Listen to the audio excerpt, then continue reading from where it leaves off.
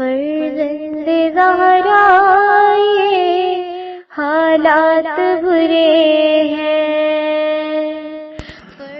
کاشانۂ بصیرت ایک ایسا مکمل یوٹیوب چینل جس پر محروم بصارت کے لیے بالخصوص اور تمام افراد کے لیے بالعموم سینکڑوں کی تعداد میں اسلامی کتب دستیاب ہیں۔ لہذا گزارش ہے کہ آپ اپنی ذمہ داری نبھاتے ہوئے کاشانۂ بصیرت کو سبسکرائب کرنے کے ساتھ ساتھ بیل آئیکن کو پریس کیجیے تاکہ آپ علم کے حصول کے ساتھ ساتھ مذہب اہل بیت کی اشاعت میں بھی اہم کردار ادا کرتے رہیں۔ کاشانۂ بصیرت، کاشانۂ بصیرت، کاشانۂ بصیرت۔ فرزند زہرا یہ حالات برے ہیں۔ السلام علیکم ورحمۃ اللہ وبرکاتہ۔ سامعین، آپ سماعت فرما رہے ہیں سیرت امیر المومنین حضرت علی ابن ابی طالب حصہ دوم، تالیف علامہ مفتی جعفر حسین اللہ مقامہ کی ہے۔ آج ہم آپ کے سامنے اس کی 14ویں ریکارڈنگ پیش کر رہے ہیں، صفحہ نمبر 167۔ عنوان ہے باب المیراث۔ قبل اسلام عرب میں میراث کا حقدار صرف بڑے لڑکے کو سمجھا جاتا تھا اور دوسری اولاد محروم رہتی تھی، اور جس دولت کو مختلف ہاتھوں میں بٹنا چاہیے تھا وہ ایک ہاتھ سے نکل کر پھر ایک ہاتھ میں جمع ہو جاتی تھی، جس سے سرمایہ داری کی ہمت افزائی ہوتی تھی اور معاشرتی برائیاں فروغ پاتی تھیں، اور بیویوں کو میراث دیے جانے کا سوال ہی پیدا نہ ہوتا تھا، اس لیے کہ خود ان کا شمار متروکہ اموال میں ہوتا تھا جن پر مرنے والوں کی ورثہ قابض اور متصرف ہو جاتے تھے۔ بعض دوسرے مذاہب میں بھی صرف اولاد نرینہ وارث ہوتی ہے اور لڑکیوں کو ورثہ نہیں دیا جاتا، مگر اسلام کا طریقہ کار ان مذاہب کے طریقہ کار سے مختلف ہے اور گردش زر کے اصول پر مبنی ہے، تاکہ ایک متوازن اور متعادل معاشی نظام تشکیل پا سکے۔ اس نے کسی کو حق میراث سے محروم نہیں کیا، عورت کو باپ کا ترکہ بھی دلوایا ہے اور شوہر کا بھی، اور اولاد چھوٹی ہو یا بڑی، لڑکی ہو یا لڑکا، سب کا حصہ رکھا ہے اور کسی کو نظر انداز نہیں کیا، کیونکہ تمام اولاد تعلق اور قرابت کے اعتبار سے برابر ہوتی ہے، اور قرابت ہی سے میراث کا استحقاق پیدا ہوتا ہے۔ قرابت کے درجات مختلف ہوتے ہیں، کوئی قریب ہوتا ہے اور کوئی قریب تر۔ اسی تضاوت اور قرابت کے درجات کے اعتبار سے وارثوں کے طبقے مقرر کیے ہیں اور میراث کے ضوابط ترتیب دیے ہیں۔ البتہ چند امور ارث سے محرومی کا باعث ہوتے ہیں۔ ان امور کو موانع ارث سے تعبیر کیا جاتا ہے۔ پہلا مانع کفر ہے۔ اگر وارث غیر مسلم ہو تو وہ مسلمان کا وارث نہیں پائے گا، مسلمان کا ورثہ نہیں پائے گا، البتہ مسلمان غیر مسلم کا وارث ہوگا۔ حضرت علی علیہ السلام کا ارشاد ہے، مسلمان کافر کا وارث ہوگا اور کافر مسلمان کا وارث نہیں ہوگا، اور یہ روایت ہے مستدرک الوسائل میں۔ دوسرے معنی غلامی ہے۔ اگر وارث غلام ہو تو وہ ورثہ سے محروم رہے گا، اور در صورت یہ کہ غلام کے علاوہ کوئی وارث نہ ہو تو مورث کا مال سے خرید کر اسے آزاد کر دیا جائے گا اور پھر بقیہ مال اسے وراثتاً دیا جائے گا۔ چنانچہ حضرت علی علیہ السلام سے ایک شخص کے بارے میں جس کا وارث فقط ایک غلام تھا دریافت کیا گیا۔ آپ علیہ السلام نے فرمایا، مرنے والے کے ترکے میں سے اسے خرید کر آزاد کر دیا جائے اور باقی ترکہ اسے دے دیا جائے، اور یہ روایت ہے مستدرک الوسائل میں۔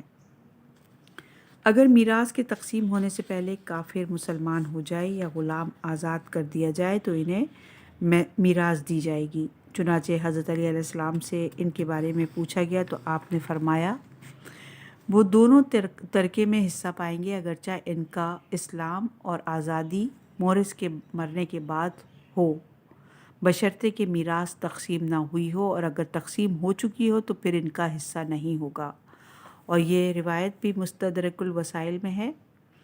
تیسرا معنی قاتل ہے۔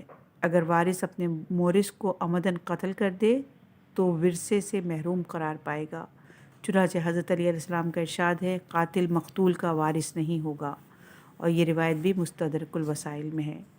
اگر قتل غلطی سے واقع ہوا ہو تو اس صورت میں ورثے سے محروم نہیں کیا جائے گا۔ چنانچہ ایک شخص نے اپنی ماں کو قتل کر دیا۔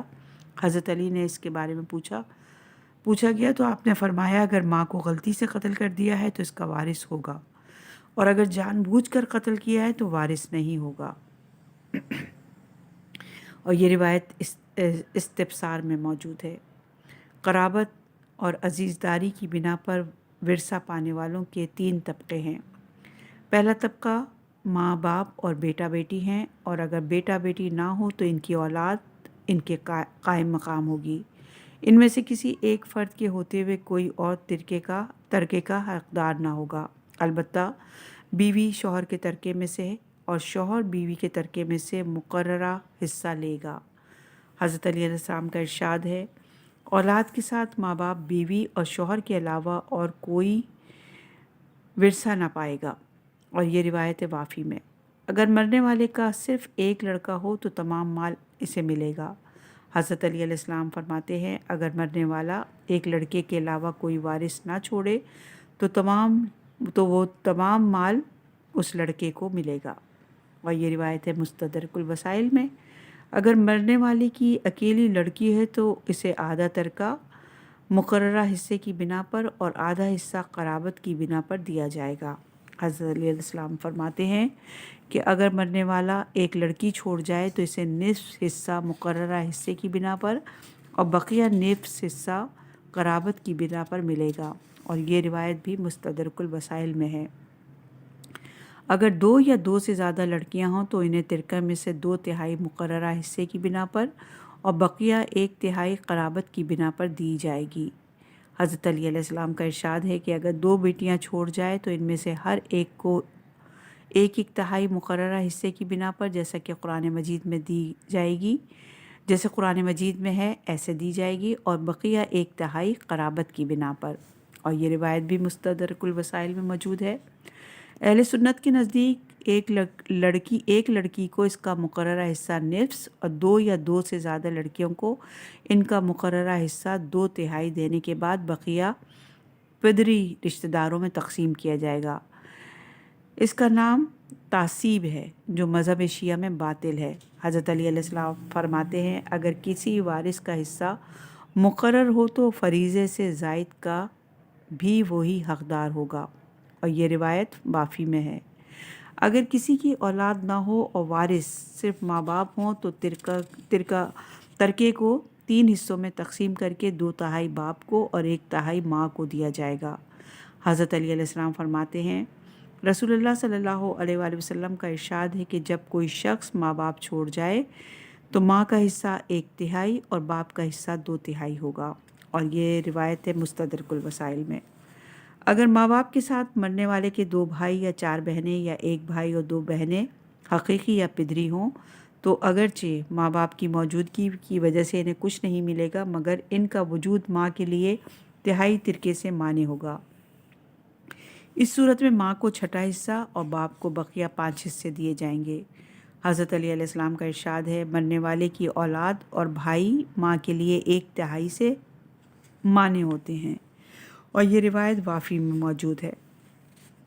اگر کوئی شخص ایک لڑکی اور ماں باپ چھوڑے تو ترکے کو 5 حصوں میں تقسیم کیا جائے گا۔ 3 حصے لڑکی کو، 1 حصہ ماں کو اور 1 حصہ باپ کو دیا جائے گا۔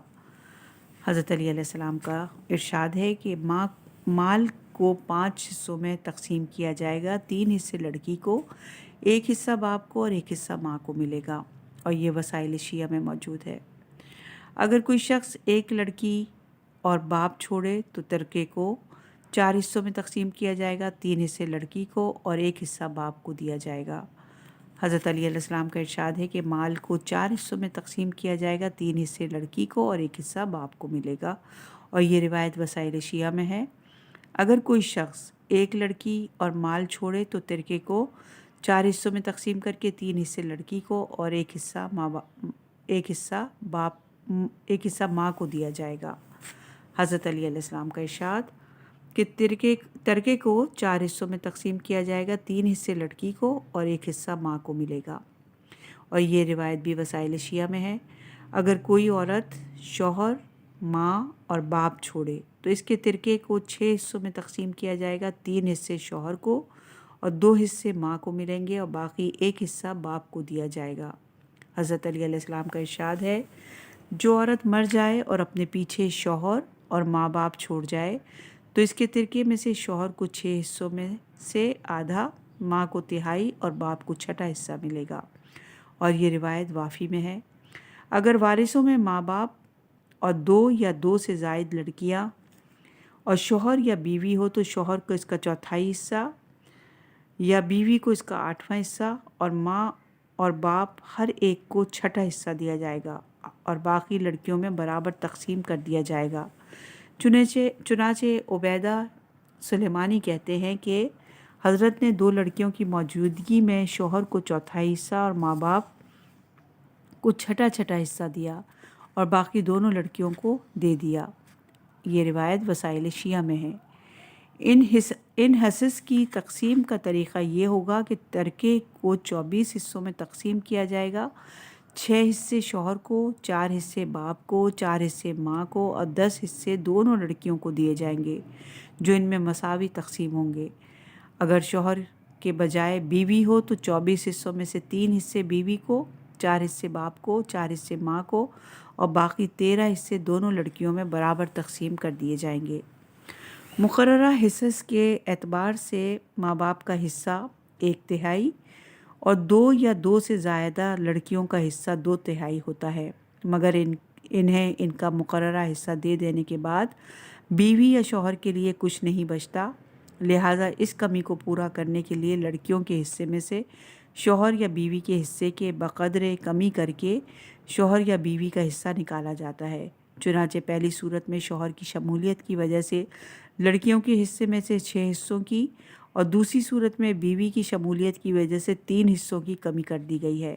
یہ کمی ماں باپ اور شوہر یا بیوی کے حصے میں نہیں ہوگی۔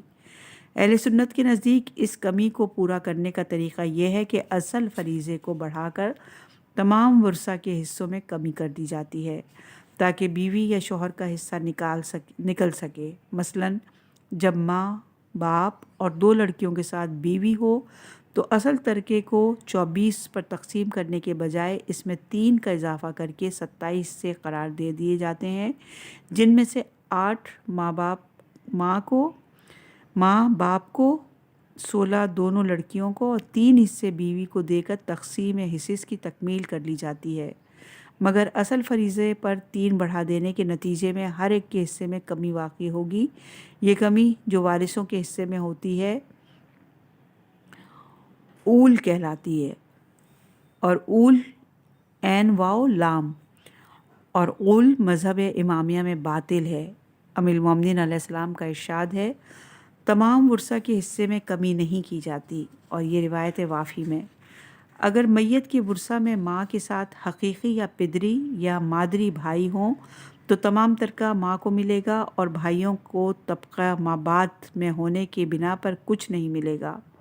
چنانچہ حماد ابن عثمان کہتے ہیں کہ میں نے امام علی ابن موسیٰ رضا سے پوچھا کہ ایک شخص ماں اور بھائی چھوڑ گیا، ان کے حصص کی تقسیم کیسے ہوگی؟ آپ نے فرمایا کہ امیر المومنین علی ابن ابی طالب علیہ السلام ترکہ اسے دیتے تھے جو میت سے زیادہ نزدیک ہوتا تھا۔ حماد نے کہا تو اس کا مطلب یہ ہوا کہ بھائی کو کچھ نہیں ملے گا؟ فرمایا میں تمہیں بتا چکا کہ علی ابن ابی طالب ترکہ قریب تر کو دیتے تھے، اور یہ روایت وسائل شیعہ میں ہے۔ حضرت عمر کا ایک فیصلہ یہاں پر درج کیا جاتا ہے جس پر انہوں نے ماں کے ساتھ پہلے مادری بھائیوں کو اور پھر حقیقی بھائیوں کو شریک قرار دے دیا۔ چنانچہ ابن شبی اور بہیقی نے اپنی سنن میں تحریر کیا ہے کہ کچھ لوگ حضرت عمر کے پاس آئے اور کہا ایک عورت نے شوہر، ماں اور 2 مادری اور 2 حقیقی بھائی چھوڑے ہیں، آپ ان کے حصص کا حصہ کر کے مال تقسیم کر دیں۔ حضرت عمر نے کہا آدھا حصہ شوہر کو، چھٹا حصہ ماں کو اور باقی 1/3 دونوں مادری بھائیوں کو دے دیا جائے۔ میت کے حقیقی بھائیوں نے یہ سنا تو ان میں سے ایک نے کہا آپ نے دونوں مادری بھائیوں کو چھٹا حصہ دلوایا اور ہمیں محروم کر دیا۔ حالانکہ جس قرابت کی بنا پر انہیں ترکہ دلوایا ہے اس قرابت میں ہم بھی شریک ہیں۔ حضرت عمر نے دیکھا کہ ان کی بات وزن رکھتی ہے، کہا کہ اچھا، نصف شوہر کو، چھٹا حصہ ماں کو اور باقی حقیقی اور مادری بھائیوں میں مساوی تقسیم کر دیا جائے۔ ایک شخص نے یہ تضاد اور اختلاف دیکھا تو کہا، آپ نے پہلے تو حقیقی بھائیوں کو محروم الارض قرار دیا، پھر انہیں ورثہ میں شریک کر لیا، یہ کیوں؟ کہا کہ پہلے حکم پہلے دن کے لیے تھا اور دوسرا حکم دوسرے دن کے لیے ہے۔ اس موقع پر یہ نہیں کہتے کہ پہلا حکم اشتباہ کی بنا پر تھا اور دوسرا حکم صحیح ہے، بلکہ ایک طرح سے دونوں فیصلوں کو صحیح قرار دیتے ہیں اور پہلے حکم کی تردید ضروری نہیں سمجھتے۔ اس بنا پر مشہور فقہا ابو حنیفہ، احمد، ظفر زے سے ہے یہ ظفر، اور ابن ابی لیلہ لیالی ہے یا لیلہ ہے، ابن ابی لیلے لکھا بالکل اسی طرح ہے جیسے لیلہ لکھا جاتا ہے، نے حضرت عمر کے پہلے قول کو اختیار کیا اور مالک اور شافعی نے دوسرے قول کو قبول کیا، اور اس طرح تضاد بیانی نے فقہی اختلاف کی بنیاد رکھ دی۔ حالانکہ حضرت عمر اگر آیہ قرآنی کو دیکھتے کہ جو اس میں لکھا ہے کہ جو لوگ آپس میں قرابت رکھتے ہیں وہ کتاب اللہ کی روح سے ایک دوسرے کے ترکے کے زیادہ حقدار ہیں، پر نظر کرتے تو نہ مادری بھائیوں کو ترکہ دلواتے اور نہ حقیقی بھائیوں کو، اس لیے کہ ماں طبقہ اولا ہے اور اس کی موجودگی میں بھائیوں کو وہ مادری ہوں یا حقیقی ترکے میں سے کچھ نہیں ملتا۔ البتہ بیوی اور شوہر ہر طبقے کے ساتھ اپنے مقررہ حصے کے وارث ہوتے ہیں، لہٰذا نصف ترکہ شوہر کو ملے گا اور نصف ماں کو۔ دوسرا طبقہ دادا دادی، نانا نانی اور بھائی بہن کا ہے۔ اگر دادا دادی نہ ہوں تو پردادا پردادی اور بھائی بہن نہ ہوں تو بھتیجے بھانجے وارث ہوں گے۔ یوں ہی اس سلسلہ بالا و پائین میں جو مرنے والے سے زیادہ نزدیک ہوگا وہ ورثہ پائے گا۔ ام المومنین علیہ السلام کا ارشاد ہے، ہر قرابت دار اس فرد کی جگہ لیتا ہے جس کے واسطے سے اسے قرابت حاصل ہوئی ہو، مگر یہ کہ کوئی وارث میت سے قریب تر ہو، اس صورت میں اقربا اس کے وارث ہونے میں حائل ہوں گے۔ اگر مرنے والے کے سگے بھائی بہن بھی ہوں اور پدری بھائی بہن بھی تو صرف سگے بھائی بہن وارث ہوں گے، اور اگر پدری بہن بھائی کچھ نہیں پائیں گے، حضرت علی علیہ السلام کا ارشاد ہے کہ سگے بھائی وارث ہوں گے اور سوتیلی ماں کی اولاد وارث نہ ہوگی، اور یہ روایت وسائل شیعہ میں ہے۔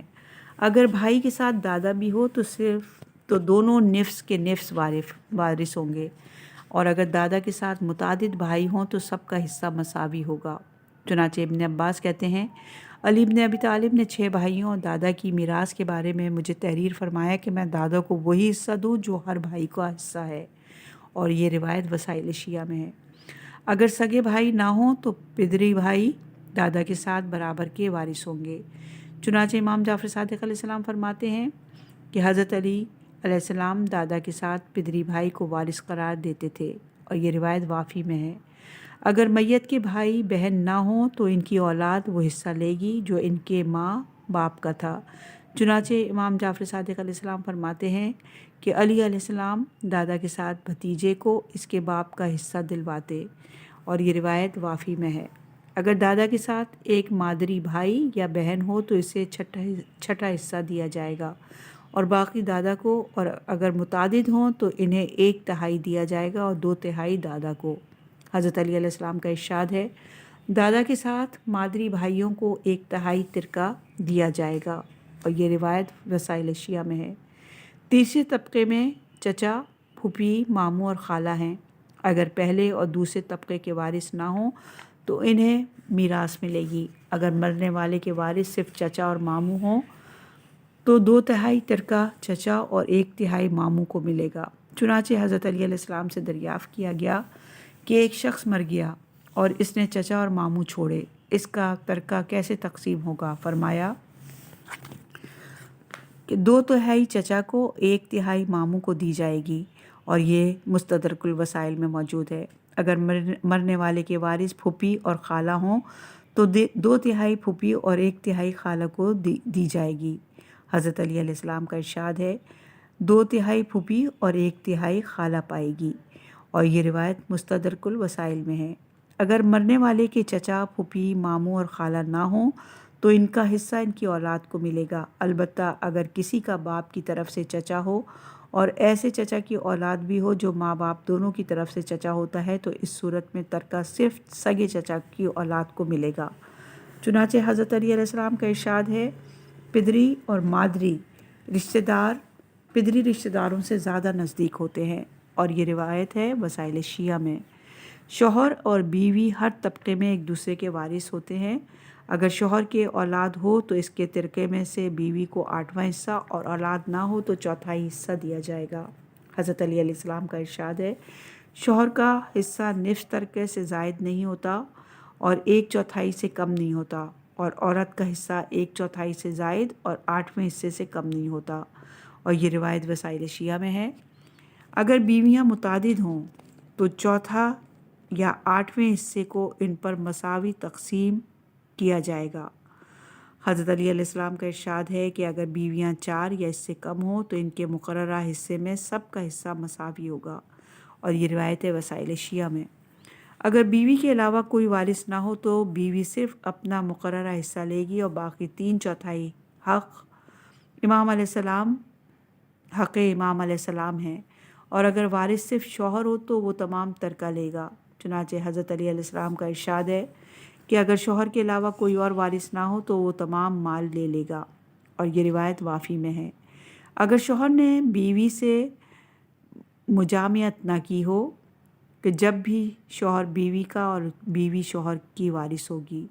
چنانچہ حضرت علی علیہ السلام سے دریافت کیا گیا کہ ایک شخص مر گیا اور غیر مدخولہ بیوی چھوڑ گیا، کیا وہ عدہ رکھے گی؟ فرمایا، ہاں وہ عدہ بھی رکھے گی اور پوری میراث بھی پائے گی، یعنی وہ عدت میں بھی بیٹھے گی اور میراث بھی پائے گی، اور یہ روایت ہے مستدرک الوسائل میں۔ اگر طلاق رجعی واقع ہونے کے بعد شوہر یا بیوی مدت عدہ کے اندر مر جائے تو دونوں میں جو زندہ ہو وہ دوسرے کا وارث ہوگا۔ چنانچہ حضرت علی علیہ السلام کا ارشاد ہے، جب تک عورت پہلی یا دوسری طلاق کے عدت کے اندر ہو شوہر کی وارث ہوگی اور شوہر بھی اس کا وارث ہوگا، اور یہ روایت ہے مستدرک الوسائل میں۔ ایک مرتبہ ایک عورت اپنی سوت کے ساتھ حضرت عثمان کے پاس آئی اور کہا، میرے شوہر نے مجھے طلاق دی تھی اور طلاق کے تھوڑے عرصے بعد انتقال کر گیا، میری مدت عدہ ابھی ختم نہیں ہوئی، لہٰذا اس کے ترکے میں سے مجھے حصہ ملنا چاہیے۔ حضرت عثمان کسی نتیجے پر نہ پہنچ سکے، کہا اس کے بارے میں حضرت علی علیہ السلام سے دریافت کیا جائے۔ جب حضرت علی علیہ السلام کی طرف رجوع کیا گیا تو آپ نے اس عورت کا دعویٰ سننے کے بعد فرمایا کہ اس سے قسم لی جائے کہ اس نے طلاق کے بعد 3 حیض نہیں دیکھے، اگر یہ قسم کھائے تو اسے ترکے میں سے اس کا حصہ دیا جائے گا۔ اس عورت نے قسم کھانے سے انکار کیا اور میراث سے دستبردار ہو گئی۔ بیوی کو باغ، کھیت، مکان وغیرہ کی زمین میں سے کچھ نہیں ملے گا۔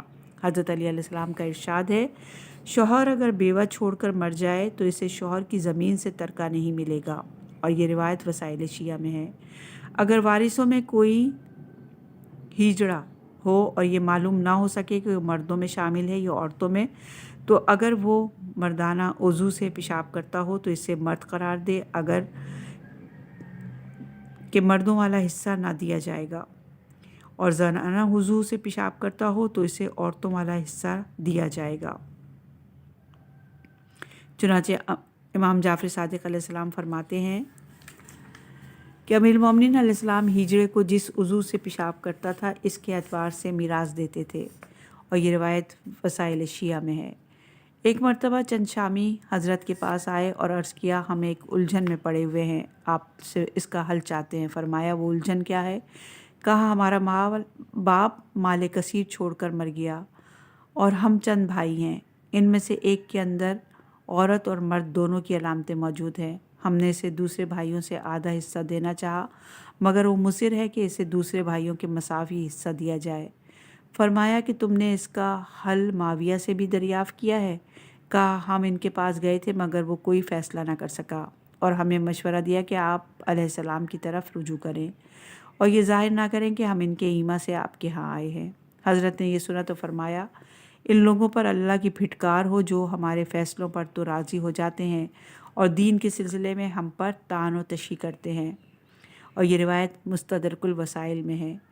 تم ایسا کرو کہ اپنے بھائی سے کہو کہ وہ پیشاب کرے، اگر پیشاب مردانہ وضو سے نکلے تو اسے مرد قرار دے کر پورا حصہ دو، اور اگر زنانہ وضو سے پیشاب کرے تو اسے آدھا حصہ دو۔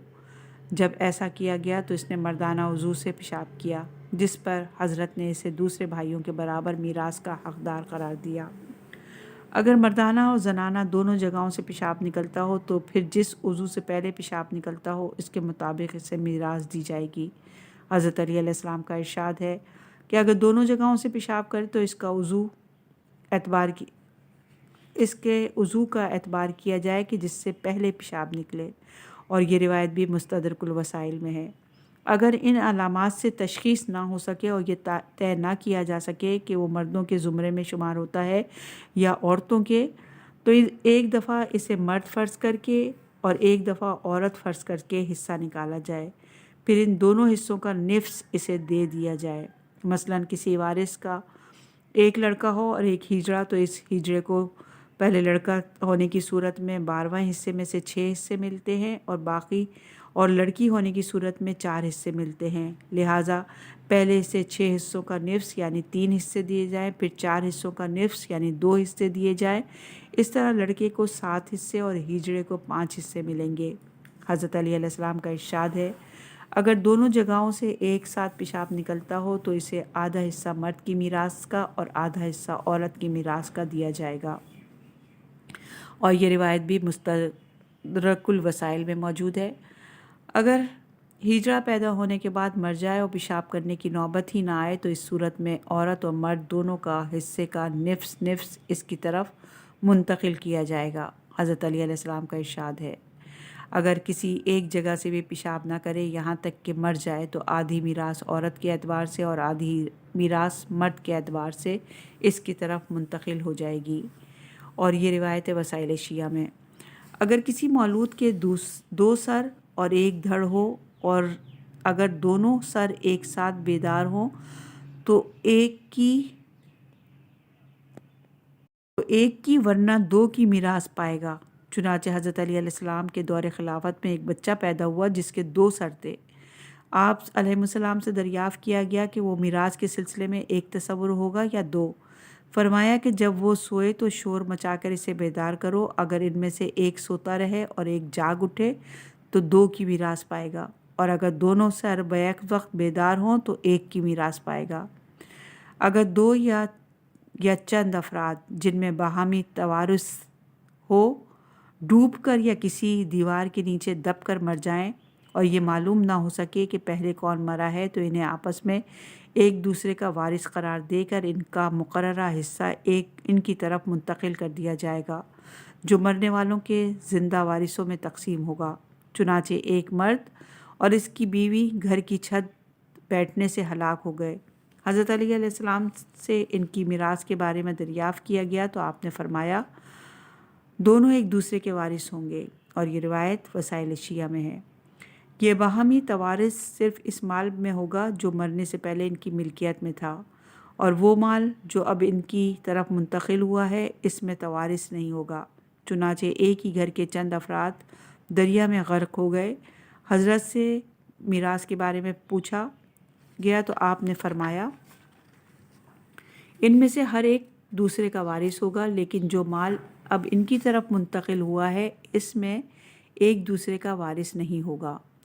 اور یہ روایت وسائل شیعہ میں اگر یہ معلوم نہ ہو سکے پہلے کون مرا ہے، لیکن آثار اور قرائن سے یہ ظاہر ہو کہ ان میں سے فلاں پہلے مرا ہوگا اور فلاں بعد میں، تو بعد میں مرنے والے کو وارث قرار دیا جائے گا۔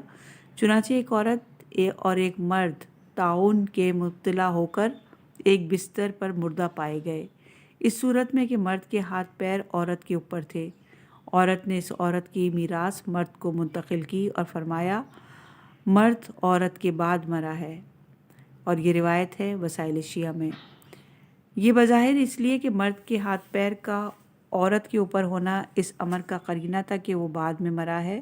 حضرت علی علیہ السلام نے ایک مورد پر قرہ سے کام لے کر وارث کے تعین وارث کا تعین کیا ہے۔ چنانچہ یمن میں ایک مکان کی چھت بیٹھ گئی اور گھر کے تمام افراد اس کے نیچے دب کر ہلاک ہو گئے، مگر 2 بچے زندہ بچ رہے۔ ان میں سے ایک آزاد تھا اور ایک غلام، مگر آزاد اور غلام کی تمیز نہ ہو سکی۔ حضرت کے سامنے یہ قضیہ پیش ہوا، آپ نے قرعہ ڈالا اور ایک کو آزاد قرار دے کر وارث ٹھہرایا اور دوسرے کو آزاد کر دیا۔ صفحہ نمبر ہے 179 اور عنوان ہے باب الیمین۔ یمین کے معنی قسم و سوگند کے ہیں۔ قسم کسی امر کے وقوع کی یقین دہانی کے لیے اور کبھی کسی فعل یا ترک کی پابندی اپنے اوپر عائد کرنے کے لیے کھائی جاتی ہے۔ وہ قسم جو کسی واقعے کی یقین دہانی کے لیے ہو، اگر خلاف واقع ہو تو قسم کھانے والا گناہگار ہوگا، اس لیے کہ سچی قسم کھانا مکروہ اور جھوٹی قسم کھانا حرام ہے۔ امیر المومنین علیہ السلام کا ارشاد ہے، جھوٹی قسم اور قطع رحمی گھروں کو ان کے رہنے والوں سے خالی و ویران کر دیتی ہے، اور یہ روایت مستدرک الوسائل میں ہے۔ اور وہ قسم جس کے ذریعے انسان مستقبل میں اپنے آپ کو پابند کرتا ہے، اگر اس کی پابندی نہ کرے تو اس پر کفارہ عائد ہوگا۔ کفارہ یہ ہے کہ ایک غلام آزاد کرے یا 10 مسکینوں کو کھانا کھلائے یا کپڑے پہنائے، اور اگر یہ نہ ہو سکے تو 3 روزے رکھے۔ یہ قسم یمین العقد کہلاتی ہے اور صرف اللہ اور اس کے مخصوص اسماء ہی سے منعقد ہوتی ہے۔ اگر اللہ کے اسماء کے علاوہ کسی اور نام کی قسم کھا لی جائے یا صرف کہا جائے کہ میں قسم کھاتا ہوں یا حلف اٹھاتا ہوں تو قسم منعقد نہیں ہوگی۔ امیر المومنین علیہ السلام فرماتے ہیں، جب کوئی شخص یہ کہے کہ میں قسم کھاتا ہوں یا حلف اٹھاتا ہوں تو یہ قسم نہ ہوگی۔ قسم اس وقت ہوگی جب یہ کہے کہ میں اللہ کی قسم کھاتا ہوں یا اللہ کے نام پر حلف اٹھاتا ہوں، اور یہ روایت وافی میں۔ قسم کے انعقاد کے لیے ضروری ہے کہ قسم کے الفاظ زبان پر جاری کیے جائیں، لیکن قسم کھانے والا گونگا اگر ہو تو اشارے سے قسم کھائی جا سکتی ہے۔ امیر المومنین علیہ السلام فرماتے ہیں کہ علیہ السلام دعابی اور خصومات میں گونگے سے اس قسم کی قسم لیتے تھے کہ کاغذ کے پرزے پر قسم کے الفاظ تحریر کرتے اور اسے پانی میں گھول دیتے اور اسے پینے کے لیے کہتے۔ اگر وہ پانی پی لیتا تو اسے قسم قرار دیتے اور پینے سے انکار کر دیتا تو اسے قسم سے انکار سمجھتے۔ چنانچہ ایک شخص نے امیر المومنین علیہ السلام کے سامنے ایک گونگے کو پیش کیا اور کہا کہ اس نے مجھ سے کچھ رقم بطور قرض لی تھی اور اب قرض سے انکار کرتا ہے۔ حضرت نے قرض خواہ سے ثبوت طلب کیا، مگر اس کے پاس کوئی ثبوت نہ تھا۔ اس صورت میں گونگے پر قسم عائد ہوتی تھی۔ حضرت علی علیہ السلام نے اس گونگے کے بھائی کو بلا کر اس کے پاس بٹھا دیا اور قرآن مجید طلب کر کے اس گونگے سے پوچھا کہ یہ کیا ہے۔ اس نے سر آسمان کی طرف اٹھایا اور اشارے سے بتایا کہ یہ کتاب اللہ ہے۔ پھر آپ نے کاغذ کے پرزے پر قسم کے الفاظ تحریر کیا اور اسے پانی سے دھویا اور اس سے کہا یہ پانی پی لو۔ اس نے پینے سے انکار کیا۔ حضرت علی علیہ السلام نے فرمایا یہ قسم سے انکار ہے، لہٰذا قرضہ اس کے ذمے واجب الادا ہے۔ قسم کے موقع پر تبرکاً انشاءاللہ کہنا مستحب ہے، اور اگر قسم کے موقع پر انشاءاللہ نہ کہے تو جب یاد آ جائے کہے۔ حضرت کا ارشاد ہے کہ جب بھی یاد آئے قسم کے سلسلے میں انشاءاللہ کہے، اگرچہ 40 دنوں کے بعد یاد آئے۔ پھر اس آیت کی تلاوت کی، اپنے پروردگار کا ذکر کرو جب تم بھول جاؤ، اور یہ روایت ہے مستدرک الوسائل میں۔ اگر انشاءاللہ بطور تبرک نہ کہے بلکہ واقعاً قسم کو مشیت الہی پر معلق کرے تو اس صورت میں قسم کے خلاف ورزی پر کفارہ نہ ہوگا۔ حضرت علی علیہ السلام کا ارشاد ہے، جو شخص قسم کو اللہ کی مشیت سے وابستہ کرے وہ قسم شکنی کا مرتکب نہ سمجھا جائے گا اور نہ اس پر کفارہ عائد ہوگا۔ صفحہ نمبر ہے 181 اور عنوان ہے باب النظر والعہد۔ نظر یہ ہے کہ انسان کسی ایسی چیز پر عمل پیرا ہونے یا اس سے اجتناب کرنے کی پابندی مخصوص الفاظ کے ذریعے اپنے اوپر عائد کرے جس کا کرنا نہ کرنا اس کی دسترس میں ہو اور اس میں شرعاً رجحان بھی پایا جاتا ہو۔ لہٰذا کسی مستحب اور واجب کے ترک کرنے یا کسی مکروہ اور حرام کے بجا لانے کی نظر مانی جائے گی تو نظر صحیح نہ ہوگی۔ امیر المومنین علیہ السلام کا ارشاد ہے، معصیت کے کاموں میں نظر نہیں مانی جائے گی۔ اور یہ روایت وسائل شیعہ میں ایک شخص نے حضرت علی علیہ السلام سے کہا کہ میں نے منت مانی تھی کہ اگر میں فلاں کام سے باز نہ رہا تو اپنے بیٹے کو مقام ابراہیم علیہ السلام پر ذبح کروں گا، مگر میں اس فعل کا مرتکب ہوا ہوں، مجھے کیا کرنا چاہیے؟ فرمایا کہ تم ایک مینڈھا ذبح کرو اور اس کا گوشت مسکینوں اور ناداروں میں تقسیم کر دو۔ صاحب استبصار اور وسائل نے تحریر کیا ہے کہ اسے استجاب پر محمول کیا جائے گا کیونکہ یہ فعل ناجائز تھا اور فعل ناجائز پر نظر منعقد نہیں ہوتی۔ ایک عورت نے نظر مانی کہ وہ اپنے چاروں ہاتھ پیروں پر چل کر طواف کرے گی۔ حضرت علی علیہ السلام سے اس کی بارے میں دریافت کیا گیا تو فرمایا کہ وہ 7 چکر اپنے دونوں ہاتھوں کے لیے اور 7 چکر اپنے دونوں پیروں کے لیے لگائے۔ یہ حکم بھی استجاب پر محمول کیا جائے گا کیونکہ یہ صورت طواف غیر مشروع ہے جو نظر کے انعقاد سے مانع ہے۔ نظر کا اس طرح ادا کرنا واجب ہے جس طرح مانی گئی ہو، لہٰذا کوئی شخص حج یا زیارت کے لیے پیادہ پا جانے کی نظر مانے تو اسے پیادہ پا ہی جانا ہوگا۔ اگر سوار ہو کر جائے گا تو نظر سے عہدہ برا نہ ہوگا، البتہ اگر راہ میں دریا حائل ہو جائے جسے کشتی کے بغیر عبور نہ کیا جا سکتا ہو تو کشتی پر سوار ہو سکتا ہے، مگر جہاں تک ممکن ہو کشتی پہ کھڑا رہے۔ چنانچہ حضرت علی علیہ السلام سے دریافت کیا گیا کہ ایک شخص نے پیادہ پا حج کرنے کی نظر مانی تھی مگر راستے میں نہر پڑتی ہے، اس صورت میں اسے کیا کرنا چاہیے؟ فرمایا کہ وہ کشتی میں کھڑا ہو کر نہر کو عبور کرے۔ یہ اس صورت میں جب اسے یہ علم نہ ہو کہ راستے میں نہر یا دریا سے واسطہ پڑے گا، اور اگر اسے یہ معلوم ہو کہ راستے میں دریا پڑتا ہے تو اسے کشتی کے بغیر عبور نہیں کیا جا سکتا اور خشکی کا کوئی متبادل راستہ بھی نہیں ہے تو یہ نظر منعقد نہ ہوگی، کیونکہ نظر کے لیے ضروری ہے کہ اس پر مقدرت رکھتی ہو۔